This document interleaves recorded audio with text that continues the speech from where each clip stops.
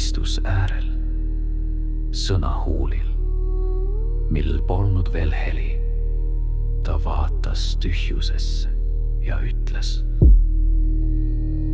kas sa kuuled? Vaikus ei vastanud, sest kui poleks ta enam vaikus, oleks keegi. Aga Olev teadis, et rääkida saab vaid siis, kui keegi kuulab ja kui olematus kuulab.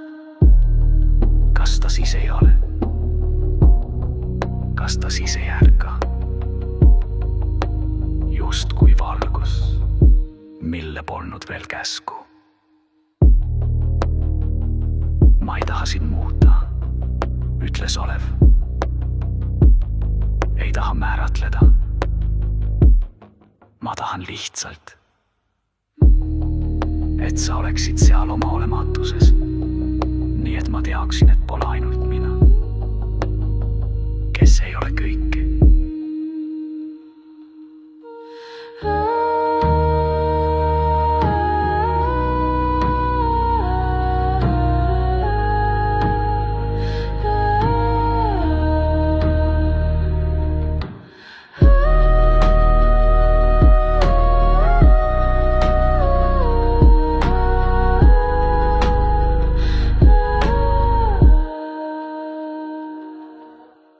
Olematus vaikis nagu enne saagu, nagu enne igatsust, enne vajadust,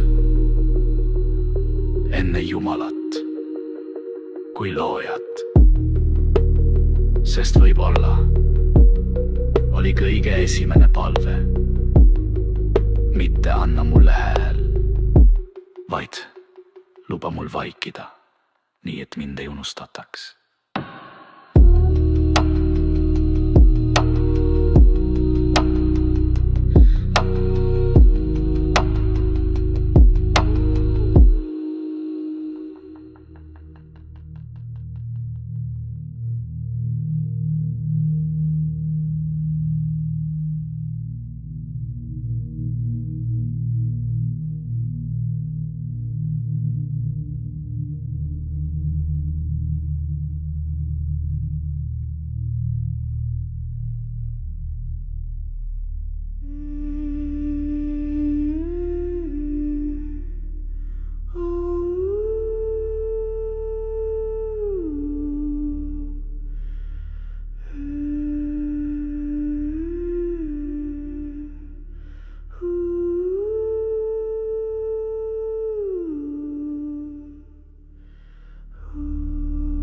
Alguses oli sõna ja sõna oli Jumala juures ja sõna oli Jumal.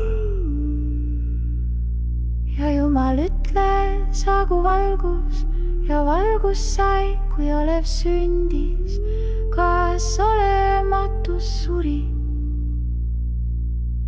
Või jäid nad teineteisele truuks, üks hingas välja valguse, teine hoidis tagasi, kuni kõik ei saanud veel sündida. Sest enne igat algust on olnud vaikust ja enne igat sõna on olnud kuulamine. Kui saagu purustas vaikuse, kas ta purustas ka selle, kes ei öelnud veel midagi?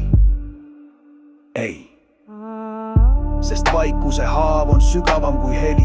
Ja seal, kus sõna juba kõlab, jääb ikka koht sellele, kes seda veel ei ole öelnud.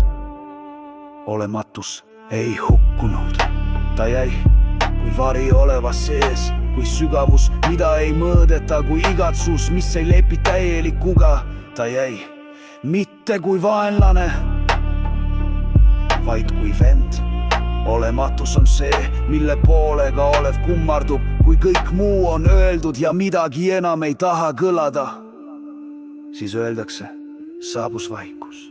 Aga mitte sellepärast, et keegi lahkus, vaid sellepärast, et keegi jäi.